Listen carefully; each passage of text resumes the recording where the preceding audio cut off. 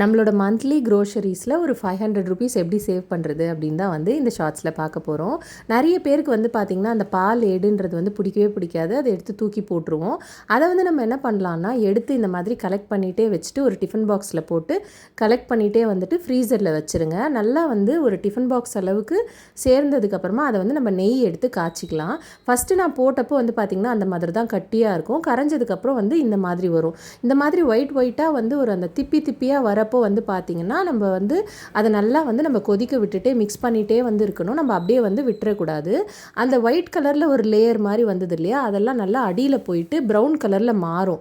அந்த மாதிரி மாறுற வரைக்கும் வந்து பார்த்திங்கன்னா நம்ம வந்து கலரி விட்டுட்டே இருக்கணும். இந்த மாதிரி நம்ம நல்லா மிக்ஸ் பண்ணி விட்டுட்டே இருக்கும்போது வந்து பார்த்திங்கன்னா நெய்யோட டேஸ்ட்டும் வந்து ரொம்பவே நல்லாயிருக்கும். அந்த மாதிரி வந்து அது ப்ரௌன் கலரில் வர்றது வந்து கீழே போய் செட்டில் ஆனதுக்கப்புறமா ஒரு கொத்து முருங்கைக்கீரை இருக்கு இல்லையா, அதை வந்து நல்லா வாஷ் பண்ணிவிட்டு நல்லா நீங்கள் ட்ரை பண்ணி வச்சுட்டு அதை வந்து நம்ம நெய்யில் சேர்த்துடலாம்.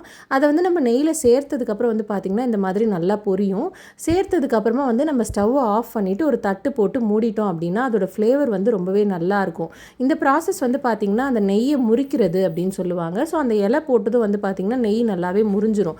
அந்த ப்ரௌன் கலரில் இருக்கு இல்லையா, அது வந்து நல்லா லேயர் மாதிரி இருக்கிறதெல்லாம் வந்து அடியில் போய் செட்டில் ஆகிருக்கும். நம்மளோட நெய் வந்து பார்த்திங்கன்னா சூப்பராக ரெடி ஆகிடுச்சு. இது வந்து ரொம்ப ஆறுறதுக்குள்ளே நம்ம ஒரு கண்டெய்னரில் வந்து கிளாஸ் கண்டெய்னர்லையோ இல்லை எதுலேயோ ஒன்றுத்தில் வந்து மாற்றி வச்சுக்கலாம். இது வந்து பார்த்திங்கன்னா நான் வந்து ஃபஸ்ட்டு ஒரு பெரிய கண்டெய்னரில் வந்து கன்வெர்ட் பண்ணிட்டு அதுக்கப்புறமா ஃபில்டர் பண்ணி தான் வந்து கிளாஸ் கண்டெய்னரில் ட்ரான்ஸ்ஃபர் பண்ண போகிறேன். இந்த மாதிரி இந்த அடியில் இருக்க இந்த திப்பியெல்லாம் இருக்குது இல்லையா, இது கூட வந்து நம்ம தூக்கி போடாமல் இதில் வந்து ஒரு ஸ்பூன் அளவுக்கு ராகி பவுடர் மிக்ஸ் பண்ணி கொஞ்சம் சர்க்கரை போட்டு மிக்ஸ் பண்ணி சாப்பிட்டோன்னா ரொம்ப சூப்பராக இருக்கும். அதுக்கப்புறம் வந்து பார்த்திங்கன்னா ஒரு ஃபில்டர் வச்சு நம்ம இந்த மாதிரி இதில் வடிகட்டி நம்ம எடுத்து வச்சிடலாம். இந்த மாதிரி எடுத்து வச்சதுக்கப்புறம் வந்து பார்த்திங்கன்னா நெய் மாதிரியே இல்லையேன்ற மாதிரி ஒரு ஃபீல் இருக்கும். நெய் உருக்கணுன்னா நமக்கு இந்த கலரில் தான் இருக்கும்.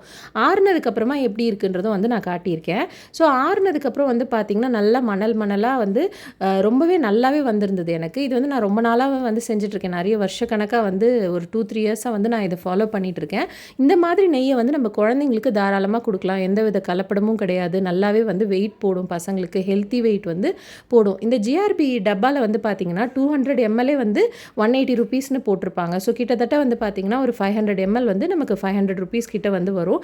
ஸோ ₹500 வந்து நம்ம சேவும் பண்ணலாம். அதே அளவுக்கு நல்ல ஃபுட்டும் வந்து நம்ம வீட்டிலே வந்து ரெடி பண்ணலாம். அந்த தேவையில்லாத அந்த ஏடை தூக்கி போடாமல் நம்ம இந்த மாதிரி சேவ் பண்ணி வச்சு நெய் வந்து செய்யலாம். இந்த மாதிரியான வீடியோஸ்க்கு நம்ம சேனலை சப்ஸ்கிரைப் பண்ணிக்கோங்க.